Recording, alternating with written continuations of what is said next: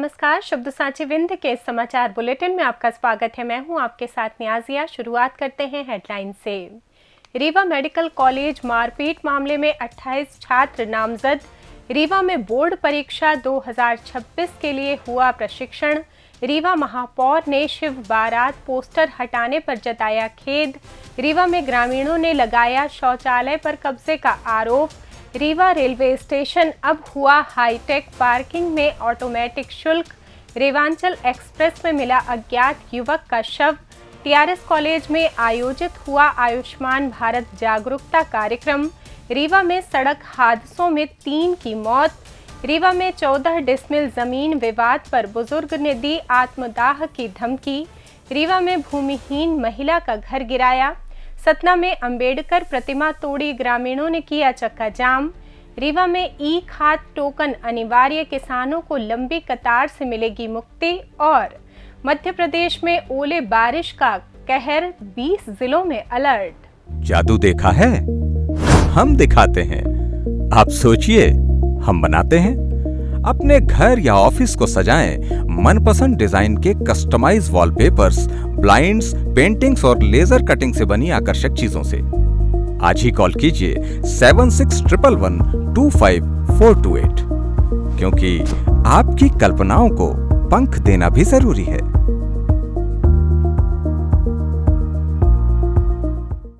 अब खबरें विस्तार से।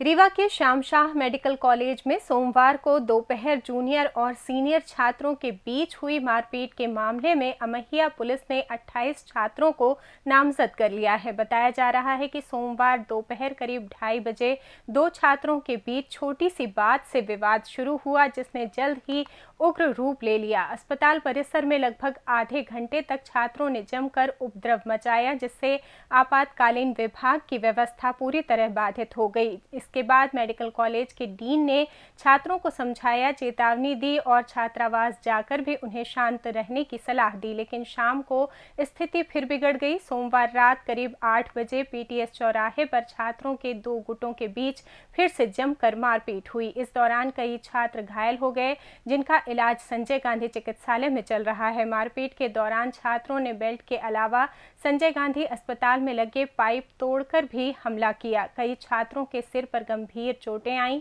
अमहिया थाना प्रभारी शिवा अग्रवाल ने बताया कि अभी तक 28 छात्रों के नाम एफआईआर में दर्ज किए जा चुके हैं। वीडियो फुटेज के आधार पर जांच जारी है और आवश्यक कार्रवाई की जा रही है। प्रारंभिक जानकारी के अनुसार विवाद की मुख्य वजह जूनियर छात्र के रंग पर की गई टिप्पणी थी, जिससे बात हाथापाई तक पहुंच गई और बाद में गुटबंदी में बदल गई। रीवा और मऊगंज जिले में माध्यमिक शिक्षा मंडल भोपाल द्वारा आयोजित हाई स्कूल एवं हायर सेकेंडरी परीक्षा में वर्ष 2026 के सुचारू संचालन के लिए नियुक्त कलेक्टर प्रतिनिधि, केंद्राध्यक्ष तथा सहायक केंद्राध्यक्षों का प्रशिक्षण कार्यक्रम निर्धारित किया गया है। जिला शिक्षा अधिकारी रीवा और मऊगंज द्वारा जारी पत्र के अनुसार ये 1 दिवसीय प्रशिक्षण 3 फरवरी को सुबह 11 बजे कृष्णा राज कपूर ऑडिटोरियम रीवा में आयोजित होगा। प्रशिक्षण के दौरान परीक्षा संचालन, गोपनीयता, नकल रोकथाम, उत्तर पुस्तिका वितरण, संग्रहण एवं अन्य महत्वपूर्ण दिशा निर्देश दिए गए। जिला शिक्षा अधिकारी ने सभी संबंधितों से समय पर पहुंचकर प्रशिक्षण प्राप्त करने तथा केंद्र की व्यवस्थाओं को मजबूत बनाने का आह्वान किया। रीवा में शिव बारात आयोजन के प्रचार के लिए लगाए गए पोस्टर और बैनर हटाने के मामले में महापौर अजय मिश्रा बाबा ने नगर निगम आयुक्त को पत्र लिखकर 2 दिनों में स्पष्टीकरण मांगा है। महापौर ने कहा कि इस कार्रवाई से शहर का सौहार्द बिगड़ा है। नगर निगम सभी धर्मों का सम्मान करता है। पहले भी कई धार्मिक व राजनीतिक आयोजनों में आउटडोर मीडिया नियमों के तहत अनुमति ली गई थी। यदि अनुमति नहीं ली गई तो उनमें क्या कार्रवाई हुई? महापौर ने लिखा कि अनुमति न होने पर पहले नोटिस जारी किया जाना चाहिए था। किसी खास संस्था या आयोजन को टारगेट कर कार्रवाई करना निंदनीय है। इस मामले में 2 दिनों में स्पष्ट जवाब दें। महापौर ने कार्रवाई के लिए खेद जताया और शिव बारात आयोजन समिति से क्षमा मांगी है। साथ ही समिति को पारंपरिक शिव बारात निकालने की पूर्ण अनुमति दी है। बता दें कि सोमवार को नगर निगम ने आउटडोर मीडिया नियमों के उल्लंघन पर शिव बारात समिति के पोस्टर बैनर हटा दिए थे। विरोध में समिति प्रमुख मनीष गुप्ता ने इसे सनातन धर्म से जोड़कर सड़क पर धरना दिया और देर रात तक प्रदर्शन किया। नगर निगम के आश्वासन पर मामला शांत हुआ। ये 42 वर्ष पुरानी परंपरा है, जिसे रोकने के आरोप में शिव भक्तों में भारी आक्रोश है।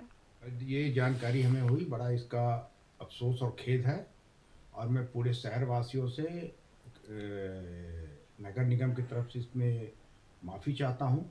नगर निगम सभी धर्मों का सम्मान करता है और सारे धर्म उनके लिए बराबर है और धार्मिक आयोजन में इस तरह की अगर कोई त्रुटि नगर निगम के द्वारा की गई है तो उसके लिए हम खेद व्यक्त करते हैं और हमने एक पत्र भी आज कमिश्नर को जारी किया है कि आप कमिश्नर हैं नगर निगम के, ये ठीक है, पर आपके ऊपर भी इस संस्था में लोग बैठे हैं, महापौर हैं, मेयरिंग काउंसिल है, परिषद है।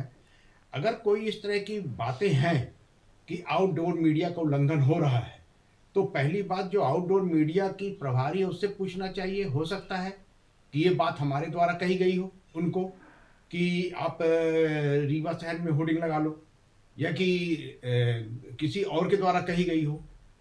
डायरेक्ट किसी को निर्देश देकर किसी भी संस्था का, जो धार्मिक संस्था है, एक आयोजन विगत 40 वर्षों से कर रही है, अगर उसका होर्डिंग पोस्टर ये फाड़ रहे हैं, हटा रहे हैं, तो उस संस्था को पहले नोटिस देना चाहिए। क्या ये कार्रवाई आपके संज्ञान में नहीं थी? ये कार्रवाई बिल्कुल मेरे संज्ञान में नहीं थी। रीवा के मधेपुर गांव के ग्रामीण मंगलवार को कलेक्टर कार्यालय की जन सुनवाई में पहुंचे। उन्होंने आरोप लगाया कि गांव के एक दबंग ने सार्वजनिक शौचालय पर अवैध कब्जा कर लिया है और पत्थर की बाउंड्री बनाकर बस्ती का मुख्य रास्ता पूरी तरह अवरुद्ध कर दिया है। ग्रामीण प्रवीण सिंह ने बताया कि शौचालय पर कब्जे के कारण बस्ती की महिलाओं को अब खुले में शौच के लिए मजबूर होना पड़ रहा है। ग्रामीणों ने प्रशासन से तत्काल कार्रवाई की मांग की है ताकि शौचालय मुक्त हो और रास्ता बहाल होकर उन्हें बुनियादी सुविधाएं उपलब्ध हो सकें। मैं ग्राम पंचायत मध्यपुर से आया हूं, जनपद पंचायत रीवा, तहसील नवस्था सर्किल। हमारे यहां पे मध्यपुर में एक 20 कमरे का सार्वजनिक शौचालय बनाया गया था कि जो कि पंचायत निधि से बनाया गया था। उस 20 कमरे के शौचालय को सुमिरन कोल, उसकी पत्नी मीना रावत ने गिराकर उसके ईंटा पत्थर और पूरा सामान यूज करके अपना घर बना लिया। घर बनाने के बाद उसमें एक कमरे का शौचालय नहीं गिराया है जो कि पर्सनल यूज में लिया जा रहा है और उस शौचालय का खुद से सिर्फ खुद के लिए इस्तेमाल किया जाता है। वहाँ कम से कम 50 परिवार की बस्ती है, वो सब खुले में शौच जाने के लिए मजबूर हैं। उनके जो भी महिलाएं शौच के लिए बाहर जाती हैं उनको बहुत समस्याएं आती हैं, शर्मिंदगी महसूस होती है। उसके अलावा जो शौचालय का गिरा के उसका निर्माण घर का किया है, घर के आसपास पूरे पत्थर का बाउंड्री बना लिया है, जिसकी वजह से जो बरसात में कटिया जाने के लिए रास्ता है वो अवरुद्ध हो गया है। रीवा रेलवे स्टेशन को महानगरों की तर्ज पर हाईटेक बनाया गया है। स्टेशन की पार्किंग व्यवस्था पूरी तरह आधुनिक हो गई है, जिसमें boom barrier, CCTV, drop and go और नो पार्किंग जैसी सुविधाएं शामिल हैं। पार्किंग शुल्क ऑटोमेटिक सिस्टम से हर सेकंड के हिसाब से वसूला जाता है। ड्रॉप एंड गो क्षेत्र में 5 मिनट के अंदर पैसेंजर उतारकर गेट नंबर 3 से बाहर निकलना होता है। 1 सेकंड भी अधिक रुकने पर मशीन स्वतः रेलवे पार्किंग रेट का 2 गुना शुल्क जनरेट कर देती है। नो पार्किंग क्षेत्र में वाहन खड़े करने पर 3 गुना जुर्माना लगता है। ठेकेदार ने स्पष्ट किया कि सिस्टम पूरी तरह ऑटोमेटिक है, इसमें कोई मैनुअल हस्तक्षेप या अतिरिक्त वसूली नहीं होती। लोग नए सिस्टम को समझ नहीं पा रहे हैं, जिससे विवाद हो रहा है। रेलवे ने यात्रियों से नियमों का पालन करने की अपील की है। उल्लंघन पर ठेकेदार पर भी जुर्माना लगाया जा सकता है। भोपाल से रीवा आ रही रेवांचल एक्सप्रेस ट्रेन के N1 कोच में मंगलवार सुबह एक अज्ञात युवक का शव मिला। यात्रियों ने इसकी सूचना रेलवे पुलिस को दी। जीआरपी टीम ने तुरंत मौके पर पहुंचकर शव को कब्जे में लिया और पोस्टमार्टम तथा शिनाख्त के लिए संजय गांधी अस्पताल के शव गृह में रखवा दिया। मृतक के पास मुजफ्फरपुर का आधार कार्ड मिला है। प्रारंभिक जानकारी के अनुसार मृतक की उम्र लगभग 40 वर्ष बताई जा रही है। उसकी मौत ट्रेन की बोगी में कैसे हुई और वो किस स्टेशन से सवार हुआ था, इसकी जांच जारी है। जीआरपी ने भोपाल से रीवा के बीच पड़ने वाले सभी रेलवे स्टेशनों को मृतक की फोटो भेजकर पहचान के प्रयास तेज कर दिए हैं। अभी तक उसकी शिनाख्त नहीं हो पाई है। पुलिस परिस्थितियों की गहन जांच कर रही है। सर, ये ट्रेन में लाश मिली है, किसकी लाश है, क्या है पूरा मामला? ये ट्रेन भोपाल से रीवा के लिए चलती है, जिसमें S1 में लेटरिन के पास जो गैलरी रहती है उसमें एक अज्ञात व्यक्ति का शव पड़ा हुआ है जिसकी उम्र 40 साल है। उसके पास आधार कार्ड तो निकला है, लेकिन आधार कार्ड में फागुनी महतो लिखा है और ये मुजफ्फरपुर का रहने वाला है। इसके पास कोई मोबाइल नंबर नहीं है, कुछ नहीं है। एक आधार कार्ड नहीं, दो आधार कार्ड निकले हुए हैं, जिसकी तलाश जारी है। पंचनामा कार्रवाई की जा चुकी है और सबको वारसानों की तलाश हेतु संजय गांधी मेडिकल कॉलेज में मर्चुरी रूम में रख दिया गया है। इसका पता चल जाता है तो PM के बाद वारसानों को दे दिया जाएगा, सुपुर्द कर दिया जाएगा, और नहीं तो कफन दफन पुलिस के द्वारा किया जाएगा। कैसे मौत हुई थी सर, कुछ पता चला क्या? ये मौत तो क्या है कि इसके पास कुछ दवाई की एक शीशी भी थी इसके पास में, तो हमको तो पता भी चला है कि ये पुरानी बीमारी से मर गया है। रीवा के शासकीय ठाकुर रणमत सिंह महाविद्यालय के समाजशास्त्र विभाग ने आयुष्मान भारत स्वास्थ्य खाता नंबर के निर्माण एवं महत्व को लेकर जागरूकता कार्यक्रम आयोजित किया। नैक से A ग्रेड प्राप्त इस महाविद्यालय में ये पहल विद्यार्थियों के स्वास्थ्य, सुरक्षा एवं डिजिटल सशक्तिकरण के उद्देश्य से की गई। कार्यक्रम प्राचार्य डॉक्टर अर्पिता अवस्थी के निर्देशन, विभागाध्यक्ष प्रोफेसर अखिलेश शुक्ल के मार्गदर्शन एवं डॉक्टर महानंद द्विवेदी के संयोजकत्व में संपन्न हुआ। प्रोफेसर शुक्ल ने छात्रों को बताया कि 14 अंकों का आभा नंबर एक विशिष्ट डिजिटल स्वास्थ्य ID है, जो स्वास्थ्य रिकॉर्ड को सुरक्षित डिजिटल प्लेटफॉर्म पर संग्रहित करता है तथा विभिन्न स्वास्थ्य सेवा प्रदाताओं के बीच जानकारी की निर्बाध उपलब्धता सुनिश्चित करता है। इससे उपचार में निरंतरता बनी रहती है और सेवाएं अधिक प्रभावी होती हैं। रीवा जिले में अलग अलग सड़क हादसों में एक नाबालिग किशोरी सहित 3 युवकों की मौत हो गई। पहली घटना सिमरिया थाना क्षेत्र के सिमरिया सतना मार्ग पर भमरा गांव के पास सुबह करीब 8 बजे हुई। गणतंत्र दिवस पर स्कूल जा रही नाबालिग किशोरी हिना सिंह पिता कमलेंद्र बहादुर सिंह को एक अज्ञात वाहन ने जोरदार टक्कर मार दी। गंभीर रूप से घायल किशोरी को तत्काल रीवा के संजय गांधी चिकित्सालय में भर्ती कराया गया, जहां इलाज के दौरान उनकी मौत हो गई। दूसरी घटना में सतना जिले के ग्राम हिनौता ग्राम निवासी आकाश यादव पिता रविंद्र यादव की सड़क हादसे में मौत हो गई। इसी तरह अगडाल रामपुर नैकिन निवासी अंकुश सिंह ने भी सड़क हादसे में गंभीर रूप से घायल होने के बाद दम तोड़ दिया। पुलिस ने सभी मामलों में मामला दर्ज कर जांच शुरू कर दी है। रीवा जिले के मझिकवा गांव में 14 डिसमिल जमीन का विवाद 2 साल से ना सुलझने से परेशान बुजुर्ग रामलाल श्रीवास्तव मंगलवार को कलेक्ट्रेट पहुंचे। उन्होंने आवेदन पत्र सौंपते हुए कहा कि यदि उनकी समस्या का निराकरण नहीं हुआ तो वे आत्मदाह कर लेंगे। बुजुर्ग के इस बयान की जानकारी मिलते ही कलेक्ट्रेट परिसर में हड़कंप मच गया। तत्काल अधिकारियों ने रामलाल को एक कमरे में बुलाया, उनकी बात सुनी और समस्या के समाधान का आश्वासन दिया। इस दौरान अधिकारियों ने उनके बैग से माचिस की डिब्बी और तेल की बोतल जब्त कर ली।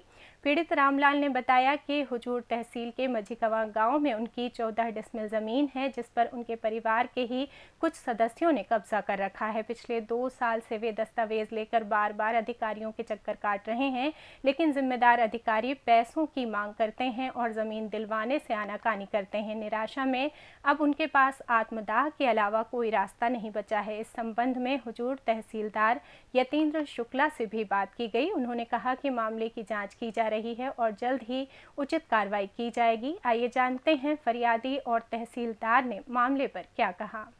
निराकरण यहाँ कुछ नहीं होता है। शिकायत यह है कि सीमांकन पत्थर उखाड़ के हमारे परिवार के सुरेश श्रीवास्तव हमारे मकान बना लिए। पूरा मकान उनका हमारे मकान ज़मीन में बना है और यहाँ 250 की कार्रवाई की है तहसीलदार साहब के यहाँ। तहसीलदार साहब 25,000 रुपया रिश्वत मांगे, नहीं दिए तो हमारा प्रकरण खारिज कर दिया। कितने समय से आप? हम 2 साल से। हम पिटरौल काहे लेके आए थे? आग ही लगा लेते हैं अपने शरीर में। नहीं तो क्यों आप जल जाना चाहते हैं? तो जब हमारी यहाँ सुनवाई नहीं करेंगे, हमारी ज़मीन चली जा रही, ज़्यादा है नहीं, 14 डिसमिल ज़मीन है, तो जब यहाँ कोई सुनवाई नहीं हुआ तो हम आग ही नहीं लगाएंगे तो क्या करेंगे? जान नहीं देंगे तो क्या करेंगे?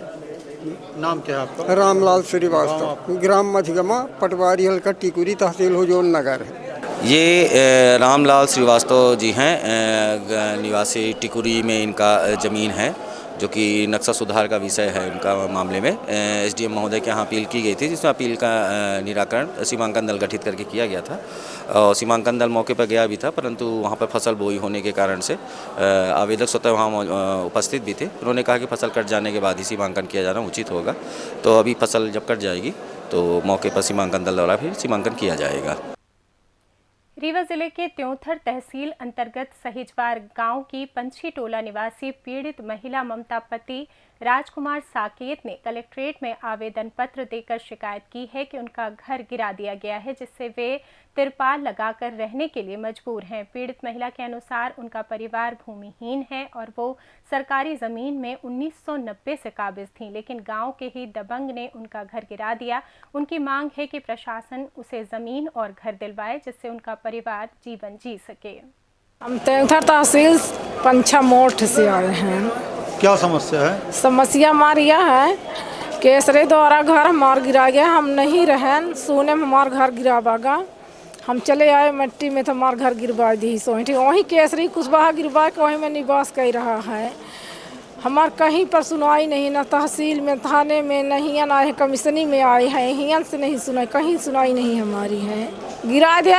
हम सरकारी ज़मीन में बसे हैं, हमारे ज़मीन नहीं है, हमारे गैर भूमिहीन के हम हैं। हमारे पास हमारे आदमी हैं, हमारे पास 2-4 बच्ची, 2 बच्चा लेके हम हैं। हमारा घर गिरा दिया, अभी परे हैं पन्नी तन के हन। कितने सालों से रह रही थी? हम रह रहे हैं सन 99 से। नहीं घर नहीं है सर हमारे रहने का। क्या मांग कर रही हैं? क्या मांग करने आई हैं? माँ करने आए हैं कि हम जहाँ ठेहान वो हमका जगह मिले, हमार घर मिल जाए, हम घर बना ले ही रही, हमारे बच्चियों को रह की जगह हो जाए। सियान बच्चे हैं, शादी ब्याह नहीं भई है हमारे। सतना जिले के कोलगांव थाना क्षेत्र अंतर्गत मान मोहन्ना गांव में सोमवार रात डॉक्टर भीमराव अंबेडकर की प्रतिमा तोड़ने की घटना से तनाव पैदा हो गया। अज्ञात बदमाश कार से पहुंचे और मूर्ति का सिर, हाथ तथा किताब तोड़कर फरार हो गए। सुबह टूटी प्रतिमा देख ग्रामीण और अंबेडकर समर्थक गुस्साए और बड़ी संख्या में मौके पर जमा हो गए। उन्होंने दोषियों की तत्काल गिरफ्तारी की मांग की और जिला मुख्यालय जाने वाले मुख्य मार्ग पर चक्का जाम कर दिया। इससे करीब 1 घंटे तक यातायात ठप रहा तथा दोनों ओर लंबा जाम लगा। ग्रामीणों ने बताया कि रात करीब 9 बजे बदमाशों का कुछ लोगों ने पीछा किया, लेकिन वो भाग निकले। कोलगांव पुलिस और प्रशासनिक अधिकारी मौके पर पहुंचे। बातचीत के बाद पुलिस ने जांच कर कार्रवाई का आश्वासन दिया। इसके बाद मौके पर अंबेडकर की नई प्रतिमा स्थापित की गई, जिससे प्रदर्शन शांत हो गया और लोग घर लौटे। रीवा में खाद वितरण में पारदर्शिता लाने और किसानों को लंबी कतारों से मुक्ति दिलाने के लिए प्रशासन ने ई खाद टोकन प्रणाली अनिवार्य कर दी है। अब 6 फरवरी के बाद कोई अलग से ऑफलाइन टोकन जारी नहीं किया जाएगा। खाद का वितरण केवल ई टोकन के माध्यम से होगा। वर्तमान में खाद संकट के कारण किसानों को टोकन लेने के लिए सुबह से लाइन में लगना पड़ता है, जिससे अक्सर मारपीट जैसी स्थिति बन जाती है। इस पुरानी व्यवस्था को अब समाप्त कर दिया गया है। ई टोकन प्रणाली के तहत किसान अपनी जमीन की पात्रता के अनुसार अपने सुविधाजनक खाद केंद्र से खाद प्राप्त कर सकेंगे। ई टोकन जारी होने के बाद किसानों को 3 दिनों के अंदर खाद उठानी होगी। ये बदलाव किसानों के लिए काफ़ी राहत भरा साबित होगा, क्योंकि इससे कालाबाजारी रुकेगी और वितरण प्रक्रिया अधिक पारदर्शी व सुव्यवस्थित हो जाएगी। बात करें मौसम की, तो पश्चिमी विक्षोभ के सक्रिय होने से मध्य प्रदेश में ओले, बिजली, बारिश और आंधी का दौर जारी है। बीती रात से मंगलवार सुबह तक कई जिलों में बारिश हुई। ग्वालियर और मंदसौर में ओले गिरे, जबकि भोपाल, भिंड, छतरपुर, राजगढ़, आगरमालवा और गुना में बारिश दर्ज की गई। ग्वालियर में ओलों से फसलों को नुकसान हुआ। रायसेन में सुबह ओस जम गई। मौसम विभाग ने भोपाल, ग्वालियर, रीवा सहित 20 जिलों में ओले बारिश का अलर्ट जारी किया है। भोपाल और सीहोर में विजिबिलिटी 50 मीटर तक घट गई। कई जिलों जैसे दतिया, रायसेन, उज्जैन, इंदौर, ग्वालियर, शिवपुरी आदि में घना कोहरा छाया रहा। इससे दिल्ली, भोपाल, इंदौर ट्रेनें लेट चल रही हैं। रात का तापमान 10 डिग्री से ऊपर रहा, लेकिन बारिश थमने पर ठंड बढ़ सकती है। इसी के साथ ये समाचार बुलेटिन समाप्त हुआ। कल फिर मिलेंगे नई खबरों के साथ। जुड़े रहिए शब्दसाची विंध्य से, और विंध्य से जुड़ी तमाम खबरों के लिए हमारे चैनल को सब्सक्राइब कर दें। अपने आसपास की खबरें हम तक पहुंचाने के लिए स्क्रीन पर दिए नंबर पर आप संपर्क भी कर सकते हैं। धन्यवाद।